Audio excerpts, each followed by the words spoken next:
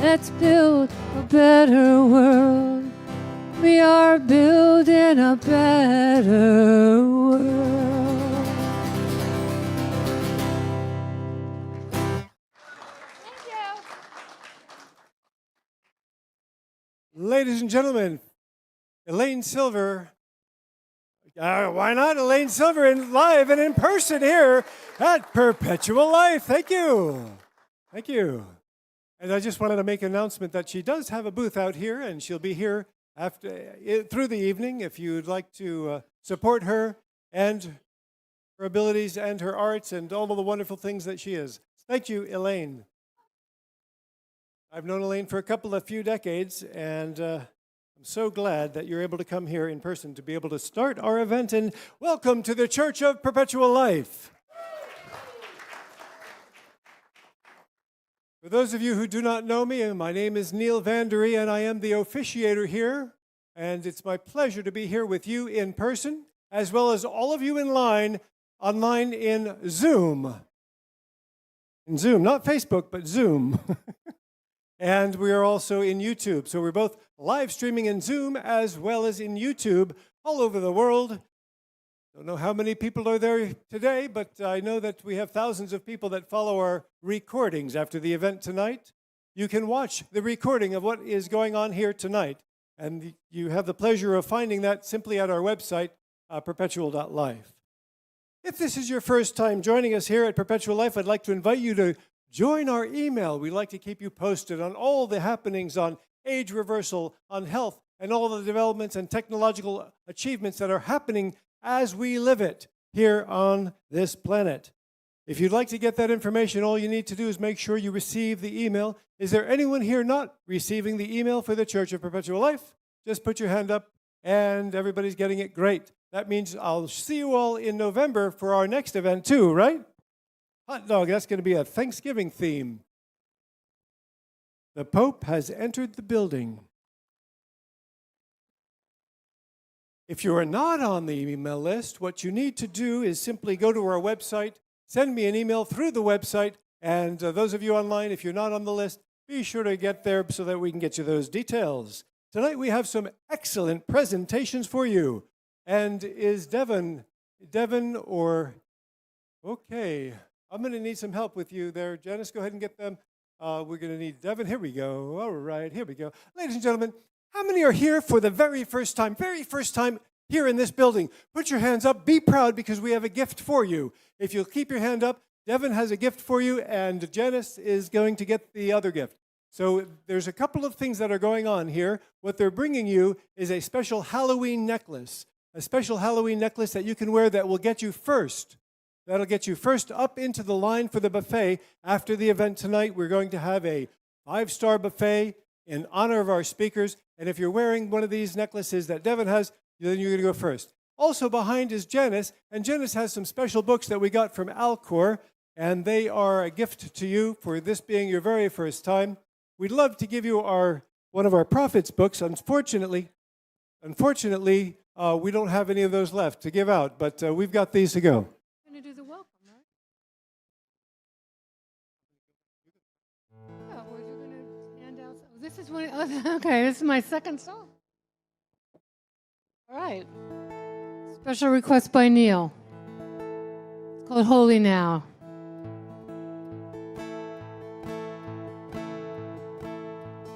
When I was a girl each week, on Sunday we would go to church, pay attention to the priest. He would read the holy word and consecrate the holy bread. Everyone would kneel and bow. Today the only difference is everything is holy now. Everything is holy now. That's your part. Come on. Everything is holy now. When I was in Catholic school, we would learn about the time Moses split the sea in two. Jesus made the water wine. I remember feeling sad. Miracles don't happen still. But now I can't keep track, 'cause everything's a miracle. Everything, everything's a miracle. Try that with me. Everything, everything's a miracle. Wine from water is not so small, but an even better magic trick is that anything is here at all. So the challenging thing becomes not to look for miracles, but finding where there isn't one. When holy water was rare at best, barely wet my fingertips. Now I have to hold my breath, like I'm swimming in a sea of it. Used to be a world half there, heaven's second-rate hand-me-down. But I walk it with a reverent air, 'cause everything is holy now. Come on. Everything, everything is holy now.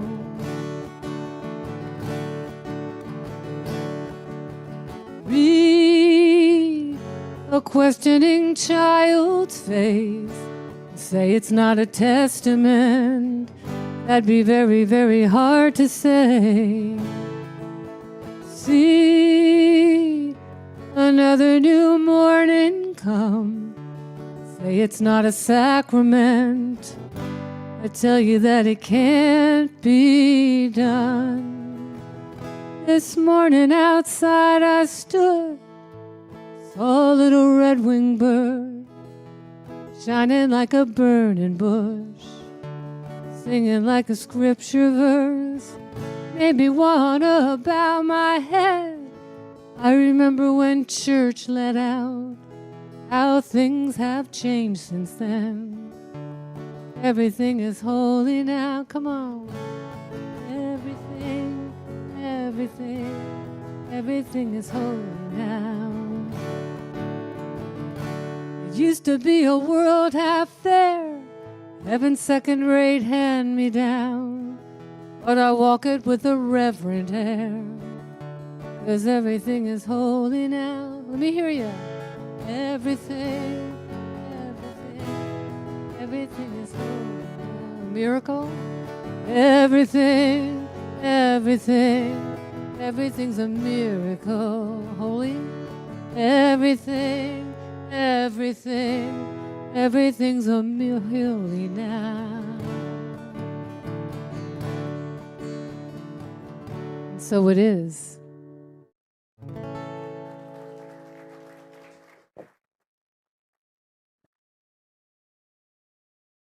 Our creed will be recited by Dr. Dreher. Come on up. Thank you. And we do have a creed. We don't moralize, but we do have a creed.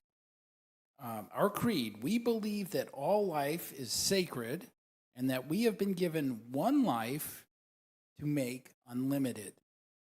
We believe in our Creator's divine plan for all humanity to have infinite lifespans in perfect health and eternal joy, rendering death to be optional. By following our gospel, we achieve eternal life, literally, creating a heaven here on earth. We follow Nikolai Fedorov, who taught that the transcendence of the Creator will only be solved when humanity, in our unified efforts, become an instrument of universal resuscitation, including other animals, when the divine word becomes our divine action. And we follow Arthur C. Clarke, who said, quote, "The only way to discover the limits of the possible is to go beyond them and into the impossible." And so we enter each day energized in spirit, and empowered by the words of our prophets to live in joy, serving our Creator and all of mankind forever and ever. Thank you.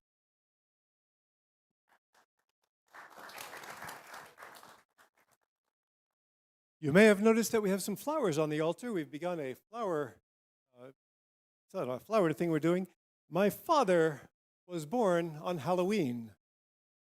His mother was also born on Halloween. So we have 2 bouquets. And if you'd like to be a sponsor of the altar flowers, every month we're going to offer you the opportunity to make a sponsorship of the altar flowers for the church. And you can name whether it's your anniversary or a birthday or whatever event that you're celebrating or whatever event you'd like to make known. And then you would be the sponsor for the flowers for that month, and we'll have a beautiful bouquet for you. And you can arrange that with Janice or myself. Another thing we're doing, if you'd like to be a speaker, as Dr. Dreher was this evening, you can sign up for the speaker list every month. We're going to have someone either doing the creed or we have other inspirational messages that you can give.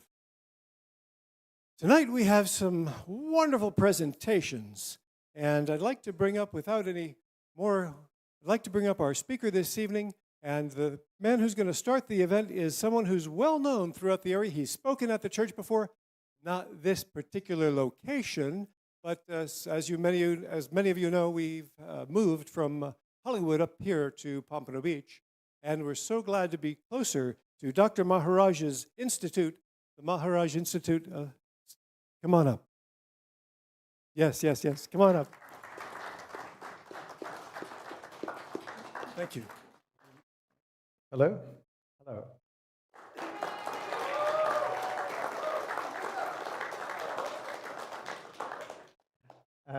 Thank you, Neil, and thank you to everyone in the audience here and the audience online for having me to be here to speak today.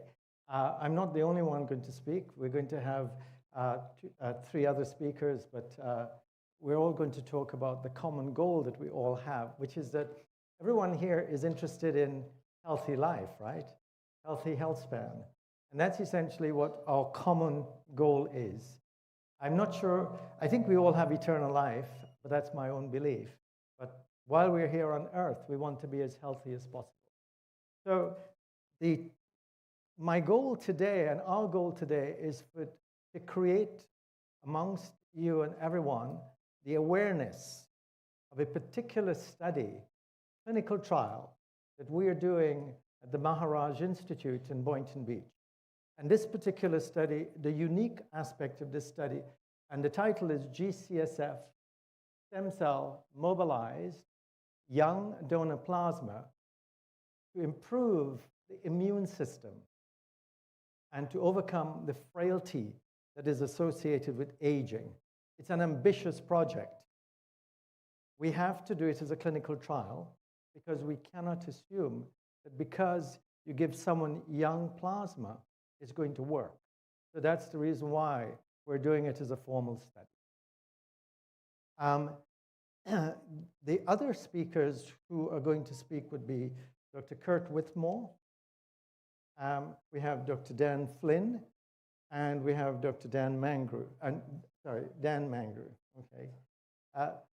Dr. Whittemore did his research on telomere shortening or lengthening, and he comes to us from the Harvard Medical School, where he did research on stem cells. He's also a Fulbright scholar, and so is Dr. Flynn. And Dr. Flynn was formerly the Vice President for Research at Florida Atlantic University. And so he has an extensive background in taking research and in being able to translate that into making it beneficial to individuals. And so we're very fortunate to have scientists affiliated with us like Dr. Flynn and Dr. Whittemore. Special introduction is to Dan Mangru. Dan is a very extremely talented businessman. He owns his own business. He's worked in biotech, and he currently is running a biotech fund now to be able to develop a program which, when you go to the when you go to the cinema, it can help you to translate. Anyway, they will actually speak themselves and give you more information about this. But I want to make sure that we all understand that the subject that we're talking about, how important it is and what we want to do. So my personal connection to this subject is based upon my years of research. I did my first stem cell transplant in 1982. And so at that time, what I learned about stem cells is that essentially they are the mother cell in the body. And in every organ, there are stem cells that actually undergo differentiation to produce the particular organ. But the most important stem cells that we are working with, they're called hematopoietic stem cells. And these stem cells actually forms the immune system and the blood. Most people are familiar with their blood counts, and they look at it and they say, I'm fine. But in fact, we'll talk more about the effects of aging of the stem cells and how it affects the immune system. I also trained as a hematologist, and I was one of the first doctors in the United Kingdom to use the protein GCSF. GCSF, it's a natural protein. It helps to release stem cells from the bone marrow into the blood. And so that's another aspect. I also trained as a pathologist. And as a pathologist, I basically learned that we could actually take plasma and how to separate plasma from the blood. We also, as a bone marrow transplant physician, our primary objective was to restore the immune system of individuals whose immune systems had broken down. So by combining all of these together, this is the reason why we came up with this protocol, to use the stem cells mobilized by GCSF from young donors to be able to give it back to individuals who are aging, to restore their immune systems, which would then allow them to stop the progress of chronic diseases, including cancer. Our institute is over 23 years, has had 23 years of experience. It's totally outpatient. It's Joint Commission accredited. It's also accredited by the American Association of Blood Banks, which means that the stem cells we collect are basically stored in our facility, in our stem cell cryobank. So we have quite a lot of experience in terms of stem cells and the use of these stem cells. But the stem cells that I'm talking about, they're called hematopoietic progenitor stem cells. And when anyone hears the word stem cells, they think really the stem cells can do everything. But really the area of focus we're talking about is really to look at how the stem cells that forms the blood and the immune system. And that's basically the stem cells that we're talking about. Now, in the creed, one of the objectives of the creed was to basically have healthy aging. And that's what we're all interested in, which is the maintenance of maximal function throughout our lives, and or for the maximal period of time that we can. We have to be able, if we're going to say we want to achieve maximal health span, we must be able to measure that. And we must be able to use objective markers which have been studied in population studies and have been proven to do so. And one of the markers that we're using in our study is a clinical marker called the frailty score and frailty index. And so if you look at this slide, it's basically telling us that our performance is measured on one axis, which is the frailty, or basically our performance, and on the other axis is aging. Yes, the blue zone, or the blue area, it's between the ages of 20 and 40. And so individuals between the ages of 20 and 40 who are healthy, they have health span during that period of time. But however, after 40, we have a decline of the immune system. And so individuals begin to become frailer. But it's not noticeable, usually until someone becomes age 55. And then after age 55, it begins to decline faster. And at age 65, now there's a rapid decline. And the gray areas in that graph basically are showing the areas, the people who have a chronic disease. In the United States, 6 out of 10 adults already have a chronic disease. And so, and trillions of dollars are being spent to be able to correct, but it's not correcting, it's treating the symptoms. And so we have an ambitious project, because what we want to be able to do is to see if we could use the stem cell factors contained in young donor blood, whether that can actually push someone's immune system back up to between the ages of 20 and 40, or certainly push it back up, and then also show an improvement in their frailty index. So the frailty index is defined as basically an index which measures a number of functions of an individual. On average, it changes by 3% per year. So if we are able to show a reduction of that 3% per year in the people who we are treating, then we would have a successful outcome. So with aging of the immune system, which again starts after 40 and at 65 it takes a nosedive, these are the diseases that tends to occur. People get chronic inflammatory diseases, infections, cancers, autoimmune diseases, and frailty. That's one of the characteristic features. And that process of aging of the immune system, which causes the chronic inflammation, that causes these diseases, it's called immune senescence. And that is really the issue that we've got to solve. As a society, as an individual, as a group, that's basically what we want to solve. So the question is this: if we want to solve the problem of aging, we have to understand the process of aging of stem cells, which forms the blood and the immune system, but critically the immune system. So in our bone marrows, if you look on the left of the slide, you will see it's, again, the question is, how do we, to be able to understand aging and aging of the immune system, we've got to be able to understand what happens to the stem cells, which are in the bone marrow that forms the blood and the immune system. If you look at the slide, you will see it talks about compartment 1 and compartment 2. Compartment 1 is really a reserve tank within the bone marrow.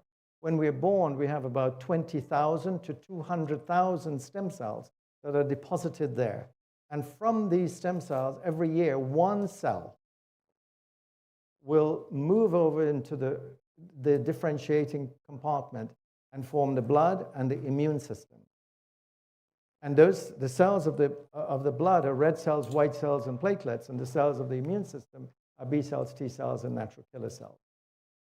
But as we age, the cells that forms the blood, or the stem cells that forms the blood, they age at a different rate compared to the stem cells that forms the B cells, T cells, and natural killer cells.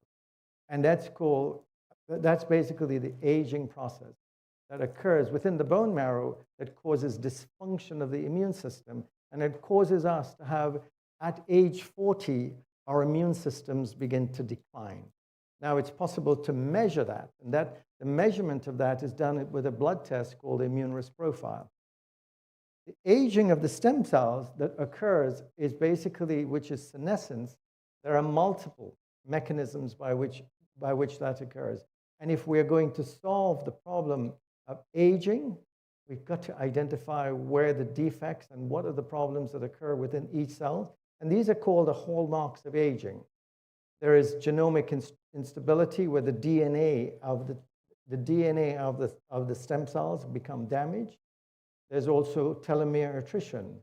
And the telomeres, pluripotent stem cells, or stem cells which are destined to be with us for a long time, they undergo telomere lengthening and telomere trimming. And that process is well balanced. But in cells that are actually aging, that process is imbalanced. And eventually, the cell gets to a point where it stops dividing, and that's called senescence. There are other mechanisms as well. And if we look at each one of these, there is evidence that young blood plasma done in experiments in different labs, in different animals, have been able to show that each one of these areas associated with aging of the stem cell or senescence has shown improvement. So one of the most important things that we have to understand, or one of the most important pathways that occurs in senescent cells, which are aging cells within the bone marrow stem cells, is the fact that certain pathways, and one of the most important pathways is what we call the insulin resistance, or IGF pathway. And it has been shown that stem cells that undergo senescence, they're very similar, or aging, they're very similar to cancer stem cells, where there's something called the Warburg effect. That is, these cells now begin to absorb and utilize glucose in a very, very fast way. And they capture the glucose from the environment, and they utilize it at the expense of the other cells. So in essence, if we can capture and we can understand this mechanism, then we can actually also help to improve it. There's also evidence that young blood plasma done in different experiments in mice can actually improve this mechanism. Not only is there damage to the stem cells from the what we call intrinsic factors, that's within the cell itself, but the environment in which the stem cell lives in the bone marrow and other organs can cause damage as well. So exposure to toxins, any type of toxins that we're exposed to, will actually cause damage to our stem cells. So it's possible to basically differentiate between healthy and senescent cells. And there are certain markers that we use when we look at the blood count to be able to determine when that is occurring. The process that senescent cells go through is when they produce inflammatory cytokines. And these inflammatory cytokines produces chronic inflammation. And the diseases that we're exposed to and we get as we get older are chronic inflammatory diseases. And it's produced as a result of these different cytokines, which we can measure. Now, this slide may be a little bit more difficult to see, but as a pathologist, when you look at the slide on the left, basically it looks as it's the bone marrow of a healthy young person. The slide on the right is the bone marrow of an aged individual, and where the stem cells in the bone marrow have actually undergone senescence and produces a lot of inflammatory cytokines, and it creates these spaces filled with fat. That fat is very similar to visceral fat, or the fat that we have around our organs, which is an inflammatory tissue. And there's a battle going on between the inflammatory tissue and the normal stem cells, where as there's more inflammation occurring, these normal stem cells, which are there to basically restore immune function in our blood, they decrease. So looked at another way, in a young person, there's a balance between inflammation and anti-inflammation. But with aging, the chronic inflammation that occurs as a result of dysfunction of the immune system causes damage to our tissues, and it can affect different organs in different ways. So aging is associated with chronic diseases caused by a chronic inflammatory process, caused by immune dysfunction, caused by senescent stem cells within the bone marrow. And that's really the way that diseases occur. And if we're going to solve this problem of aging, we've really got to understand this very clearly. So there are different interventions which are currently being explored in clinical trials to be able to go after each one of the mechanisms by which cells become senescent or become aged. And our approach is a straightforward approach. And that is, in young people, their stem cells are producing factors which basically keep them young and prevents these different mechanisms from occurring. Well, if we were to take the factors from the stem cells of a young person and put it and incorporate that into their plasma and give it to an aging individual, then hopefully we will achieve the same thing as a young person does. Now, I want to be very clear. In our study, we're not taking the stem cells from the young donor and giving it back to an aging individual. And why is that? In my years of experience as a bone marrow transplant physician, if you take stem cells from one person who is not related, and you put it into a person whose immune system is deficient or dysfunctional, those stem cells will go in from the young person and they will engraft. And that will create a disease which is an autoimmune disease. And initially the person might not see it, but in the long term it's going to shorten their lives. So the way we got around that was saying we're not taking the stem cells from the young people, when we collect the stem cells, after they have been mobilized by GCSF, we will freeze the stem cells. But we will take the plasma, and the plasma contains all the factors.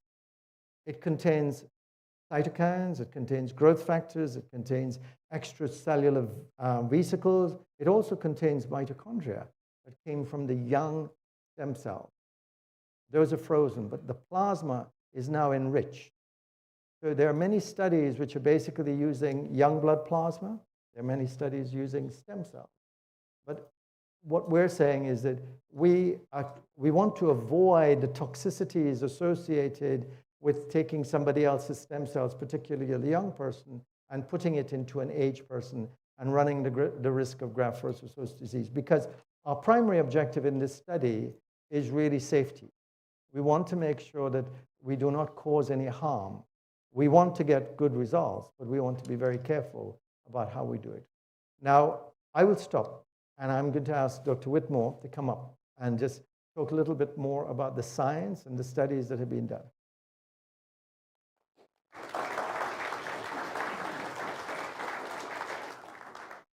Thank you, Dr. Maharaj. So I'll just go through a short history of young plasma and young blood treatment. Before that, I'll just tell you briefly about myself. So I got a PhD at Arizona State University, where I was working on peptide microarrays. And then after that, I went to Madrid, Spain, and did telomere research. There was two main projects I was working on there. One was to do telomerase gene therapy on mice, and we found that this ameliorated neurodegeneration in old mice. And then the second study was that we collaborated with the Madrid Zoo, and we measured the telomeres in many different species at many different ages. And we found that the telomere shortening rate, but not the initial telomere length of the species, was very correlated with lifespan. I then went to Harvard Medical School and did research on gene therapy for inflammatory bowel disease. And now I'm here at the Maharaj Institute of Immune Regenerative Medicine, and I'm helping to manage this young plasma clinical trial. So young blood has the idea that it could be used to rejuvenate older people has been around for a long time, since the 1600s. So Andreas Libavius, he was a German physician, and he thought and proposed that young blood from a younger man could rejuvenate an old man. He wasn't able to really try that at the time. And then in 1660, Robert Boyle, he came up with the Boyle gas law. Some of you might be familiar with that equation. So he wrote about the prolongation of life. And he said this might be achieved, he hoped, by replacing young blood with, replacing old blood with new. Then in 1957, Clive McKay did some interesting experiments. So most people might know Clive McKay for his calorie restriction studies in rodents. But he also did these experiments with parabiosis, where mice were surgically connected to each other. And parabiosis had been around for about 100 years before this time, but that was used to study things like hormones and organ transplants. So Clive McKay was the first to surgically connect an old mouse and a young mouse together. So that's called heterochronic parabiosis. So he connected old rats, 5 to 16 months old. So remember, rats only live like 2 to 3 years old. And he combined those with 1 to 2 month old rats. And he noticed that they tended to survive longer and maintain better health. So in this preliminary study back in 1957, they published the paper before all the rats had lived out their lifespan. So they didn't have the life expectancy curve. About a decade later, another study was done where they, again, did this heterochronic parabiosis, and they connected old rats with young rats and measured the lifespan. And so this curve right here is just for the female rats, And the curve on the very right, I think it's kind of hard to see in small, but the curve on the very right is for the older member of the pair. And it actually lived longer than the curves in the middle. In the curve in the middle, they have mice that were not connected to any younger mouse. And in this study, they sacrificed the mice as soon as one member of the pair died. So the younger mice actually have like the shortest lifespan on the left there. So they found that the older rats lived longer lifespans when connected with younger rats. So for males, the effect was not as strong. It was 18 days longer for males on average, and for the females, it was longer, 95 days longer. So after this 1972 study, the field kind of languished for some time, and not much was done with young blood rejuvenation. But then in the early 2000s, it started to pick up again. So at Stanford, they tried this heterochronic parabiosis again, and now techniques are more developed, and technology has advanced.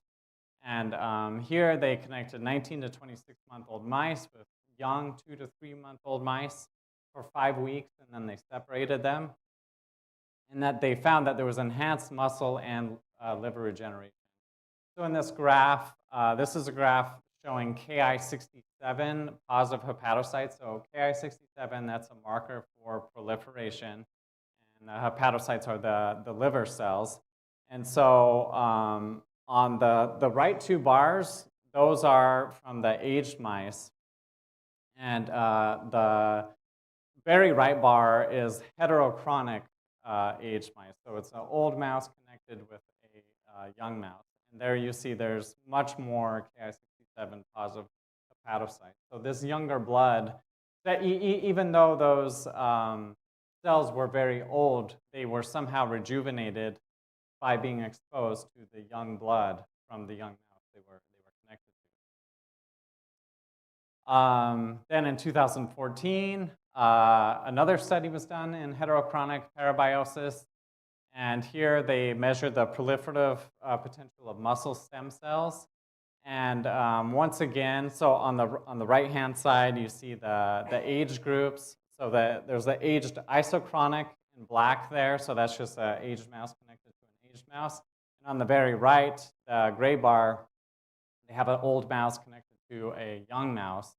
And there you see the bar goes up, and there was more colony formation from the stem cells, indicating the stem cells were able to regenerate and proliferate more.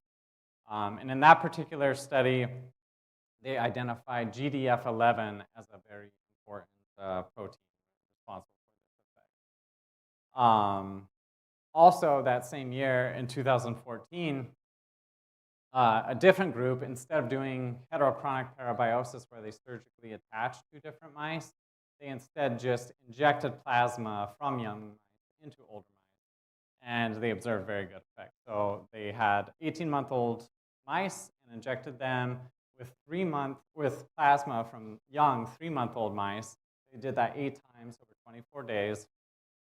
And then they measured the mice's memory. So they did this with a radial arm water maze where the mice are submerged in water and they have to swim, and only one arm in this maze has a platform that they can stand on.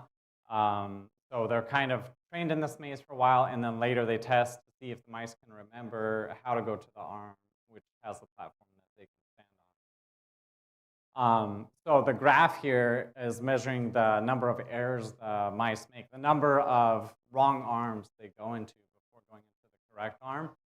And after the training is on the left, on the right they have the testing, and you can see that when they're given the young plasma, they make significantly fewer errors than the aged plasma group. So the young plasma was able to improve the memory. And in this study, they focused on the CREB protein as being a key mediator of this process. So other groups have also just simply tried to dilute the plasma. So instead of getting old plasma, they just dilute plasma, and they also found some good effects. So in this study, they took out half the plasma from the animals and replaced it with saline containing 5% albumin. And then they measured the fibrotic index in the liver. And so on the very right with the red triangles there, you have the old mice that were given blood from old mice. So they have the most fibrosis, which that's not good. But then to the left of that, you have old mice where half the plasma was replaced with the albumin saline solution. And there the fibrotic index was decreased. So clearly there are bad factors in old blood that when that is diluted, that alone can be helpful. So with this study, I'm just showing a graph for the liver, but they observed improvements in the muscle, liver, and the brain. And then in quite a recent study in 2023, a group with Harold Katcher, they did this study where they actually used plasma across species. So they took plasma from young pigs and they put those into old rats, and they noticed a lot of great effects. So they found that the epigenetic age was reduced. So this top right graph is the DNA methylation age. The red bar is the old rat control group. The middle blue bar is just young rats. And then the orange bar on the very right are old rats that had been treated with this young pig plasma. Actually, specifically, they used a specific fraction of the plasma, so they referred to it as E5. They also measured, and you can see the DNA methylation age was greatly reduced, almost to a young age there. So they found some incredible effects. They also measured cognitive function. And so they did a Barnes maze test, measured the amount of time it took for the mice to reach the correct hole in this Barnes maze. And so the red on the very top is the old group. They're taking the most amount of time to find the hole.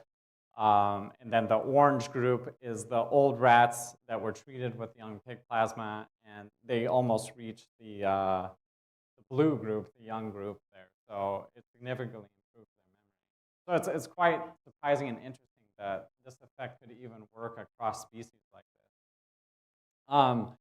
And in some of the previous studies, I was mentioning how they focused on one particular factor or another. One group was saying, GDF11 was really critical. Another group was pointing out that Krebs was very important.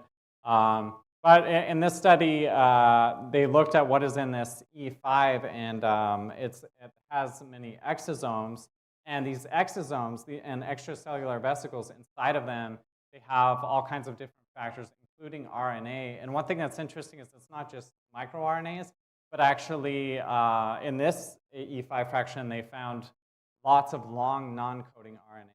So this is like genetic material that is kind of sending signals and communication between the cells through these extracellular vesicles and exosomes.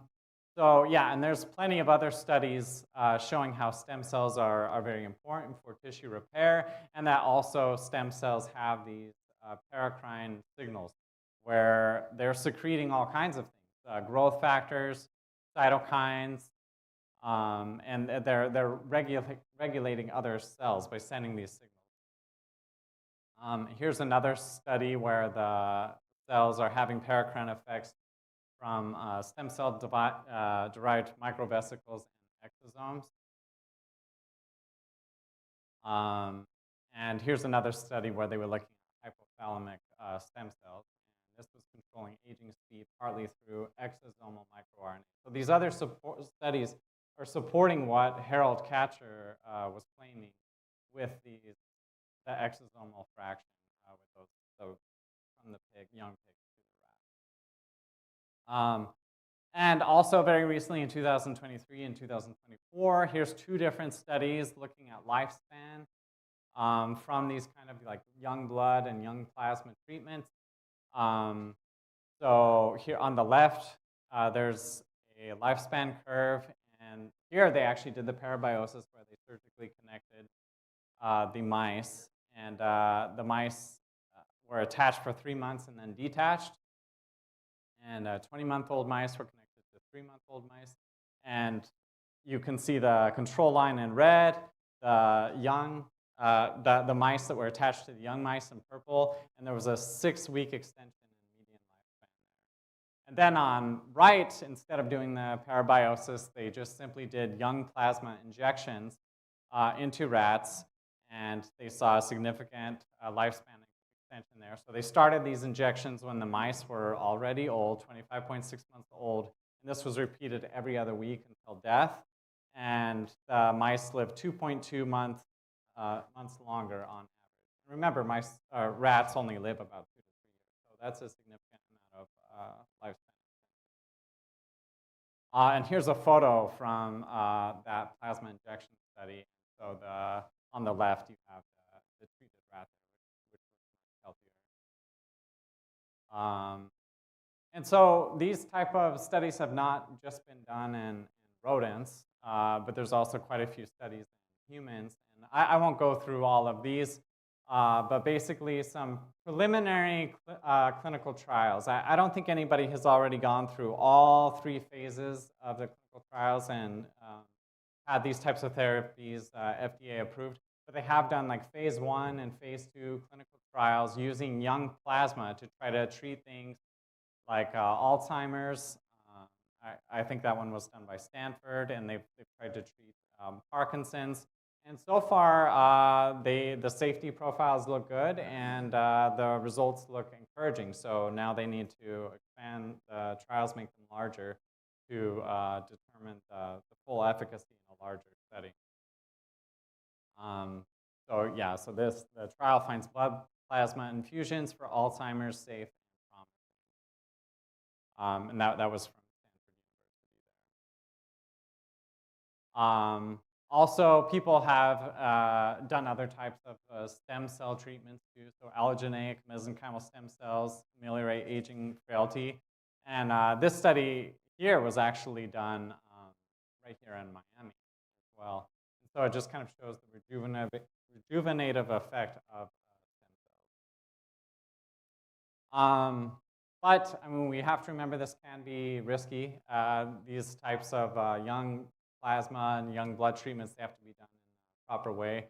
So in 2019, the FDA gave a warning, warning consumers against receiving young donor plasma infusions, and saying that they're an unproven treatment. There hasn't been a full clinical trial that's been completed with this yet. And so proper clinical trials need to be done. And so we're trying to do a clinical trial right here at the Maharaj Institute. And it's also, I mean, you don't want to get this therapy done by just anybody.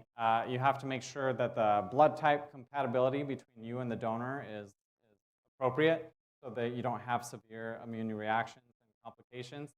And you also want to make sure that the donors are screened for infectious diseases like AIDS and other infectious diseases. You don't want to get a disease from the therapy. So we have to be cautious. And then with that, I'll hand it back over to Dr. Maharaj.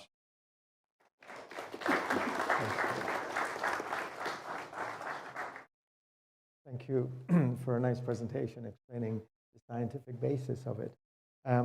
So what I want to do now in the end is really go into a little bit more detail to explain to you what we're actually doing.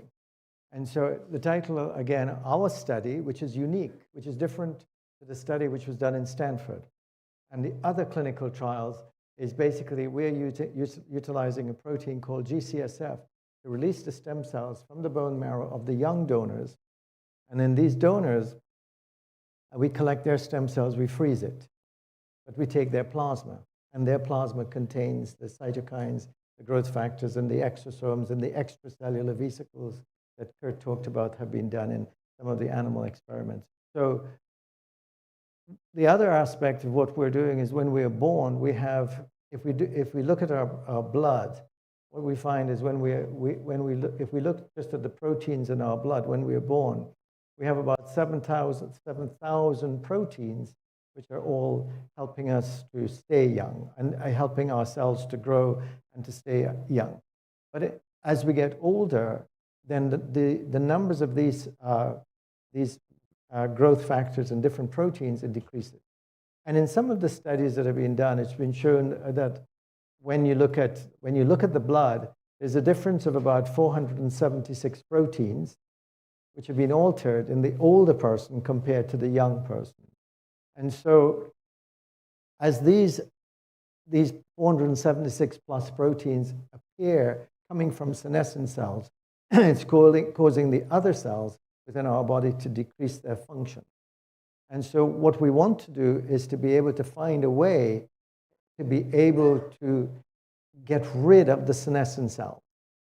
Now, in a young person, their immune system is actually quite strong. So if senescent cells do arise, then they're actually destroyed by the cells of the immune system.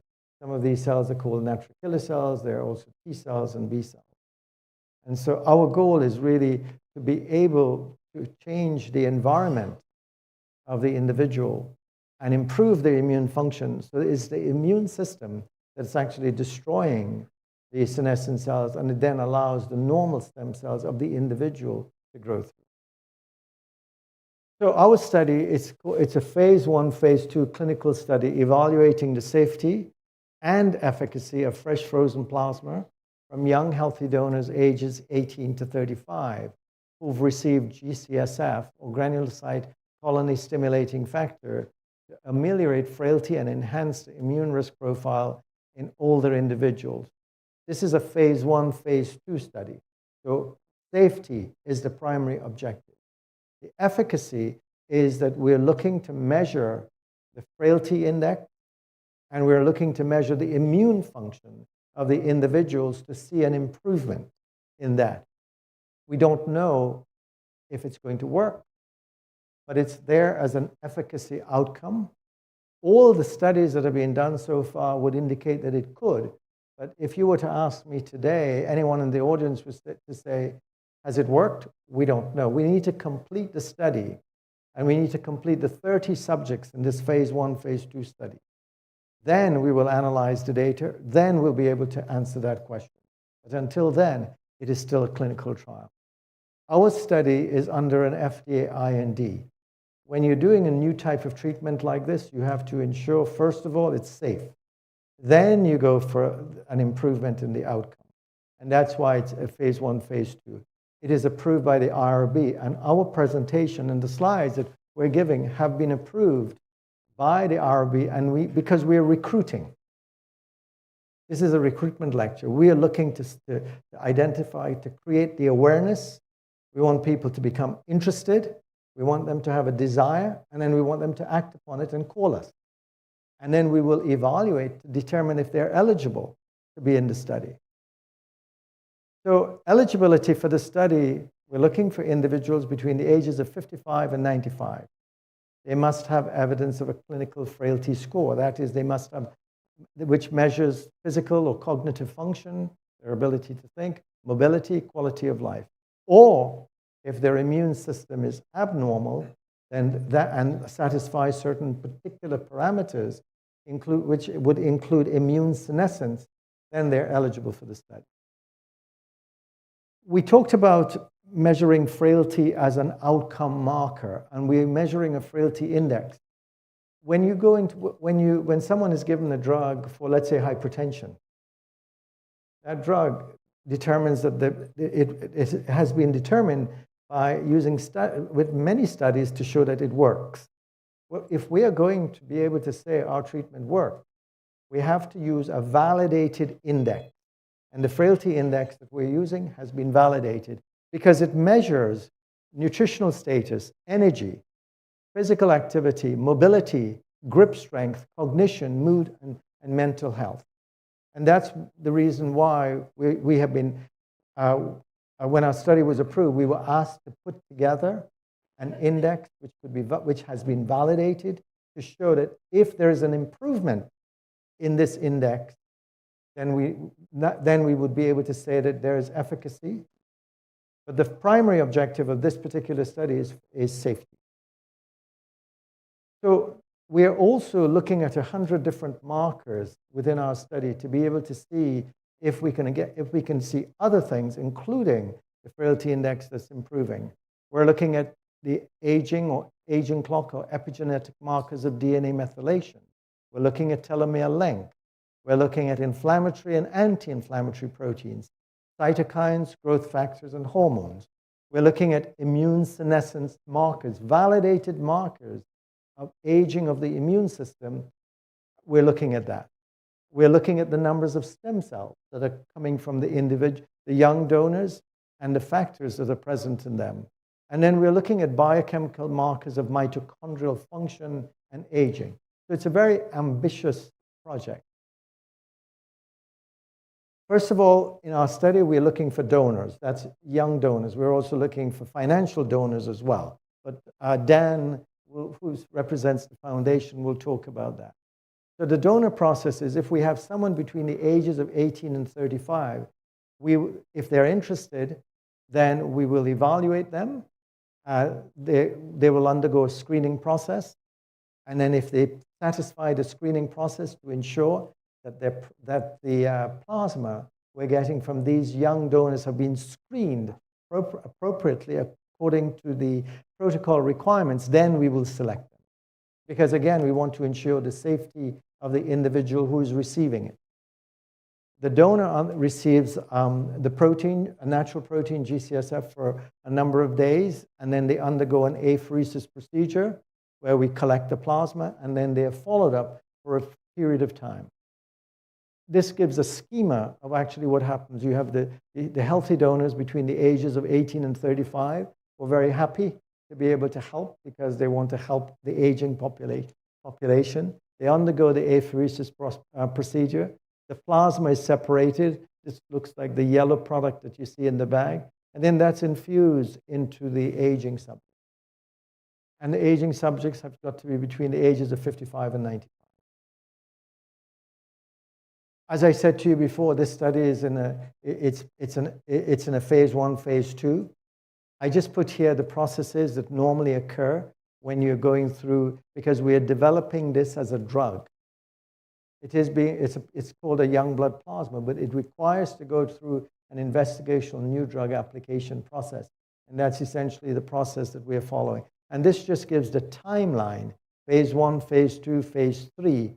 And if it passes phase 3, then it goes in for a submission for an approval. And when it's approved, then it could be used as a treatment to overcome this issue of aging or frailty, for which, as far as I'm aware in the literature, there is no other treatment that treats the root cause of the problem. It just treats the symptoms. So thank you for your attention. Again, our goal today was to make you aware of our study. We wanted to make sure that you learn as much as you can about it. And if you're interested, then contact us and let us know, and then we can help you.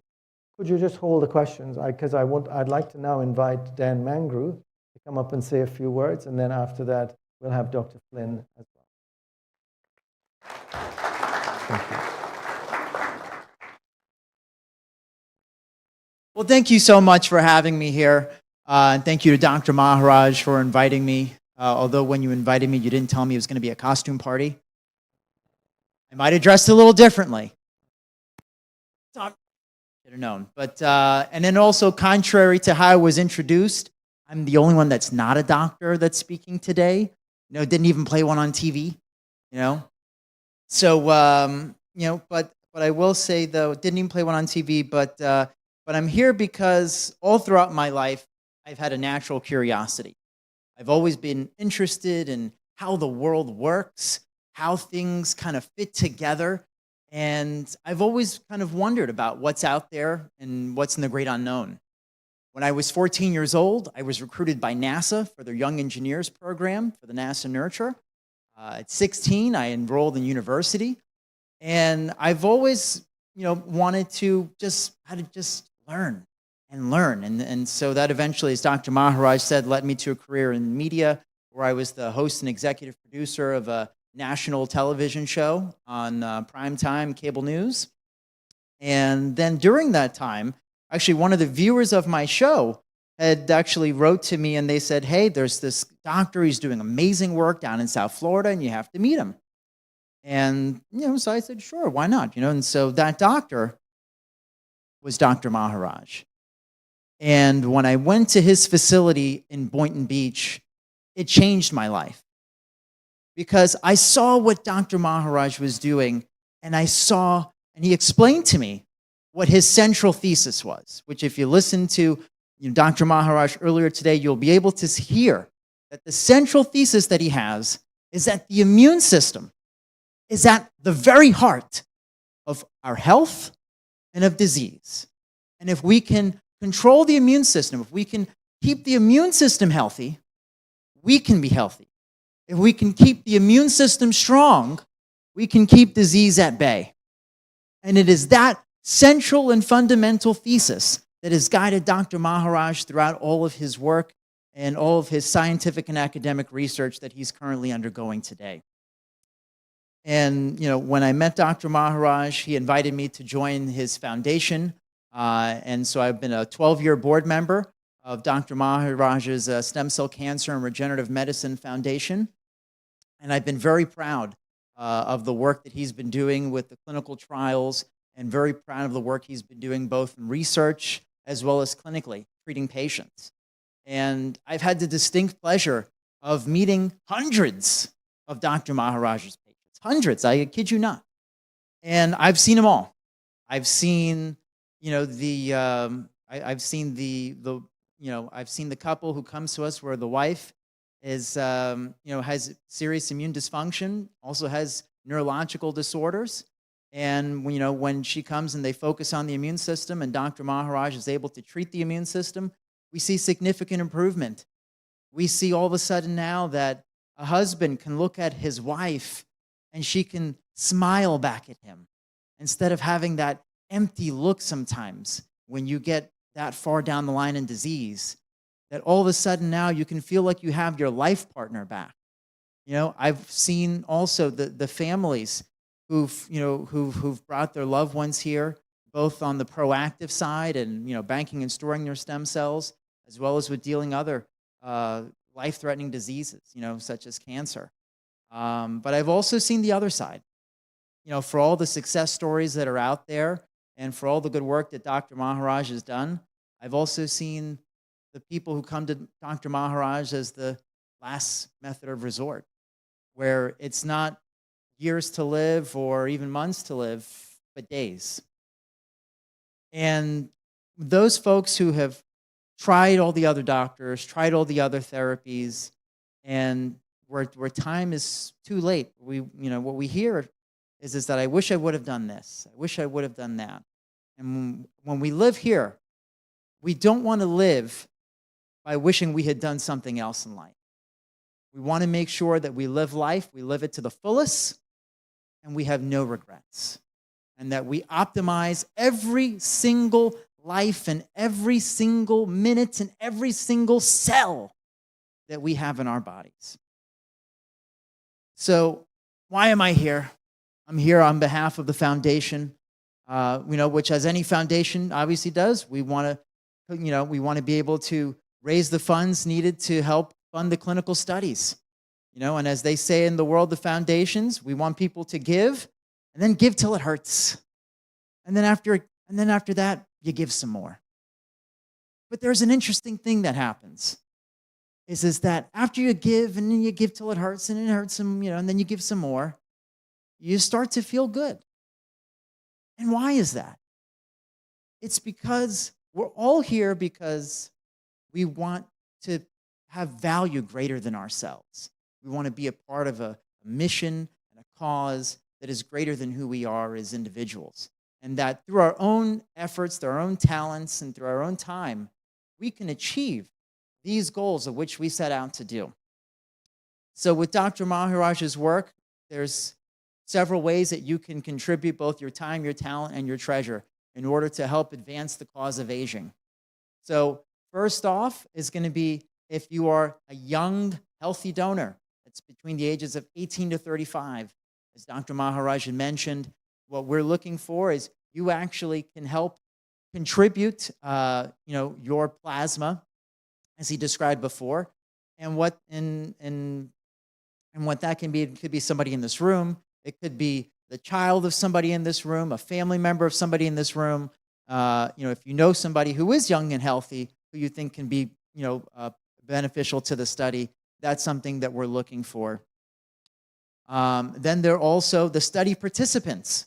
So if you yourself meet the criteria, ages 55 to 95, have immune senescence, also there's meet the criteria for frailty, we would like to talk to you because we are looking for people to be part of the study, people who want to be proactive and who want to take their health and their longevity into their own hands.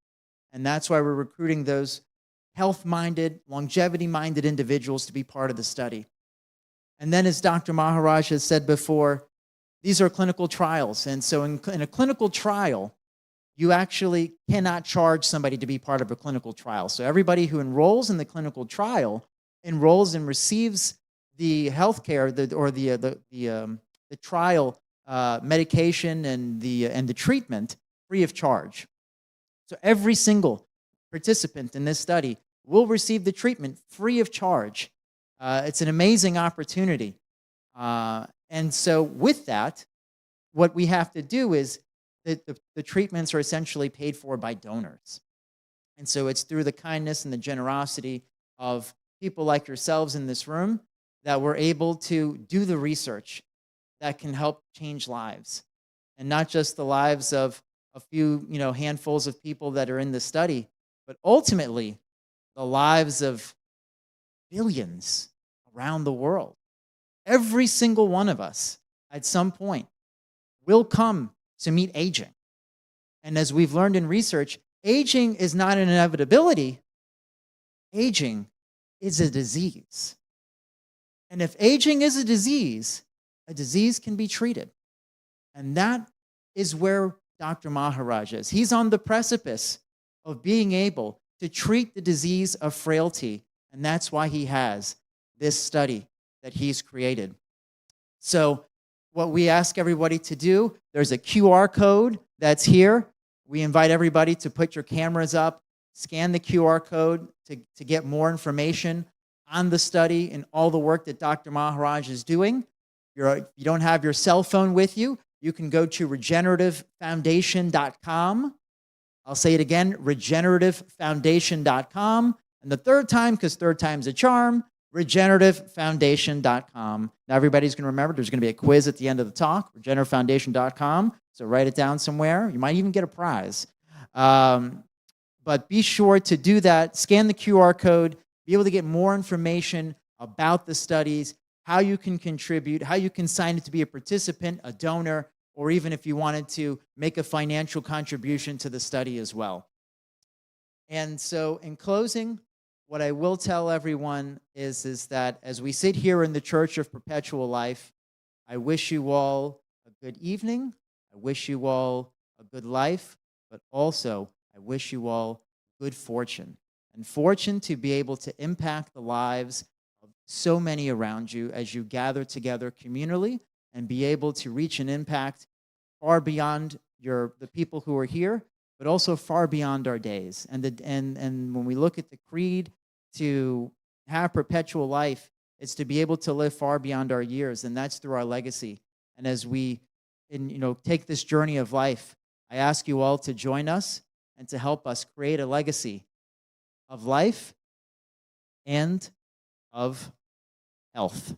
Thank you very much.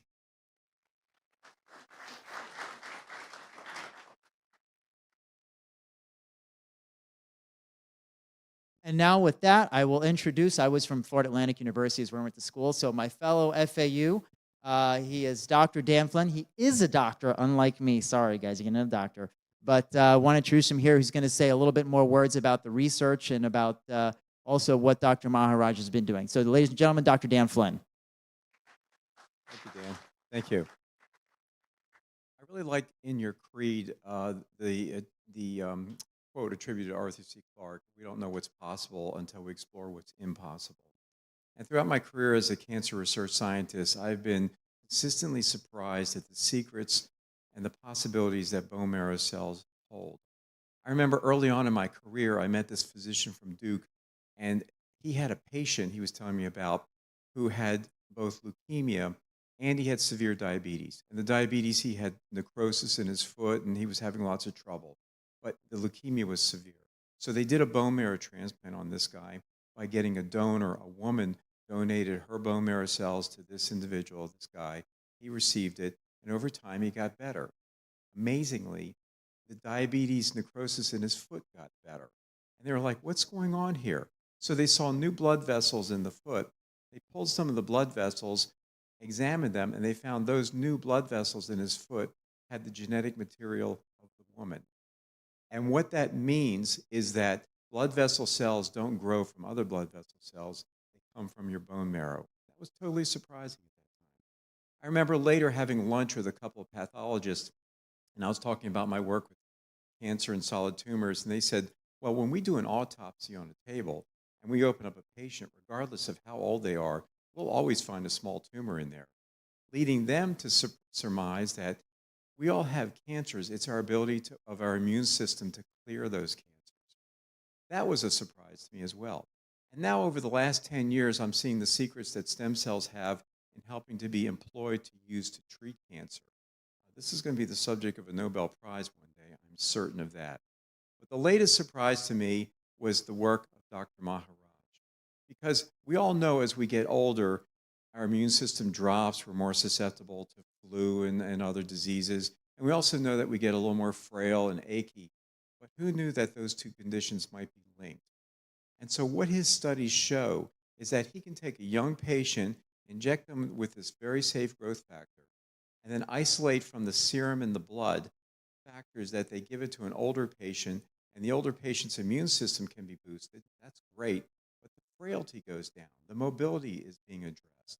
This is amazing because it tells us that there's something in our serum that can be used to treat patients' immune system and their mobile health. And so one day, what's possible from this is that we may identify what that factor is. That factor may be manufactured in a facility, administered to patients. Maybe one day it becomes a pill. Maybe one day it's over the counter. So you don't know what's possible until you start to explore these things. Dr. Maharaj is very close. I think he needs something like 30 patients to get involved in this study, show the FDA that there's something there, and then they're off and running, and they're looking for that factor in the serum. So I'm really proud to be associated with Dr. Maharaj's clinic and his outstanding staff, because they're doing work that's really going to be impactful for people. And so, again, you don't know what's possible until you explore what's impossible, and they are rapidly moving down that road. So thank you for your work, Dr. Maharaj.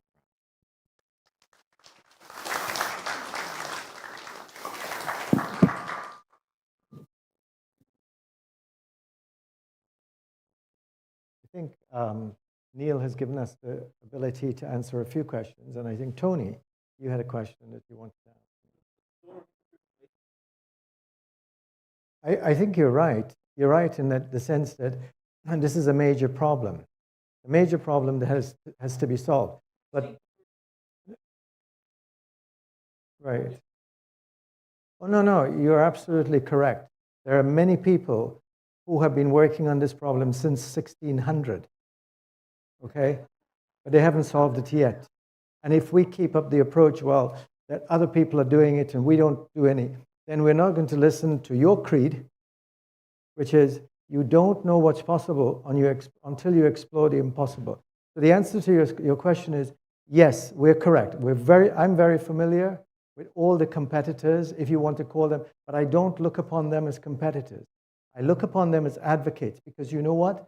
Science has been inhibited because people live in silos and they don't communicate with each other because they're not really looking for the common good of the individual. And what we're saying is that when we look at the individual person and what we want to be able to do to help each person, then we'll make progress. So thank you very much. I appreciate that. Next question.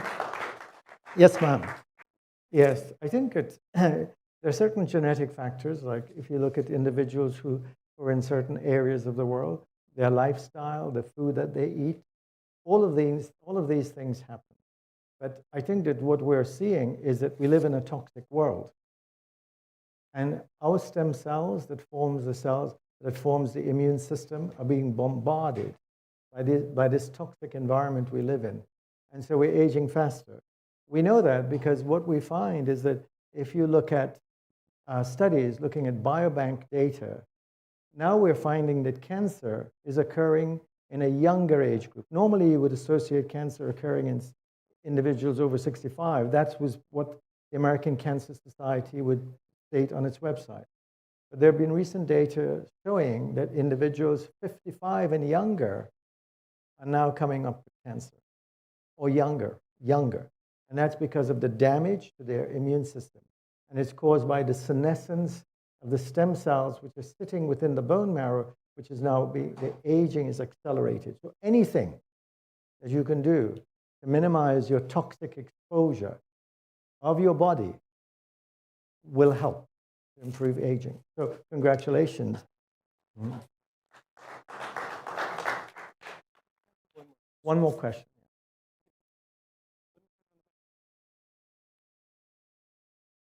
Neil.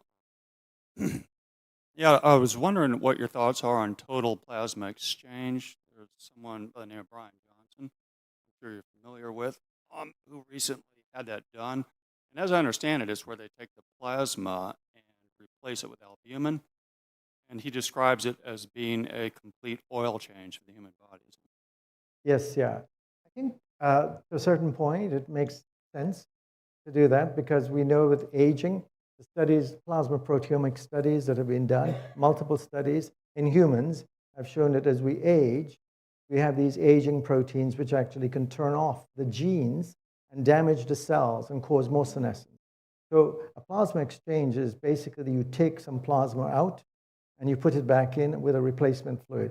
Albumin can be the replacement fluid. It could be plasma from a young person as well. So do I feel that that is going to be the solution? No. I tell you why.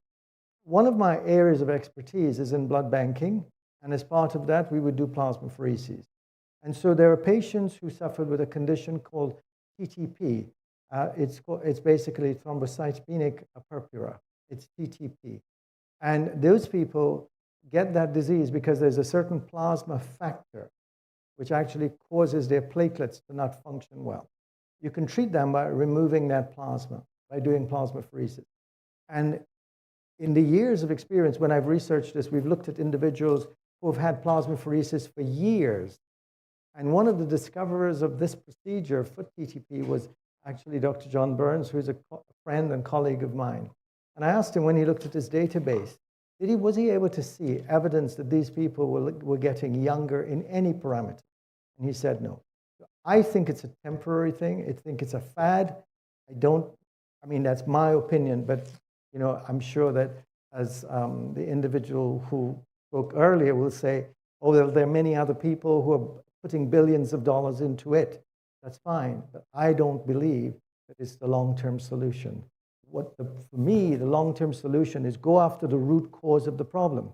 When you look at the immune system and you look at the stem cells within the bone marrow, it's the stem cells that forms what we call the lymphoid immune system. It forms the B cells, T cells, and natural killer cells. Those are the cells that are aging faster, and we've got to correct those. And the way to correct them is eliminate them and come up with strategies to be able to eliminate them.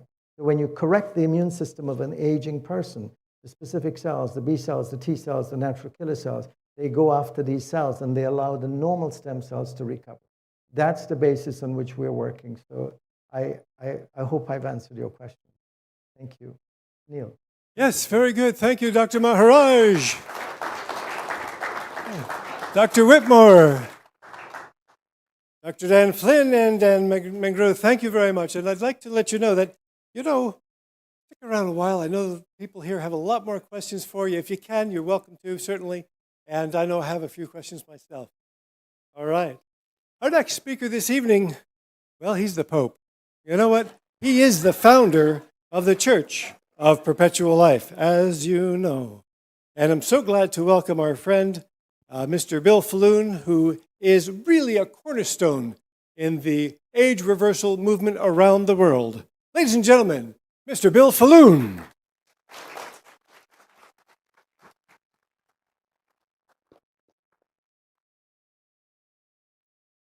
I just want to make a few personal comments before I put on my presentation.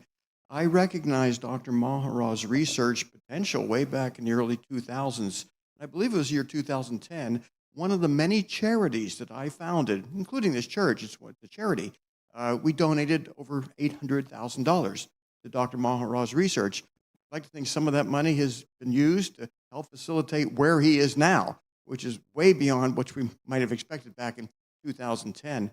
So if you do have the ability to make charitable donations, good charity to fund, they do real work with it. They make real progress.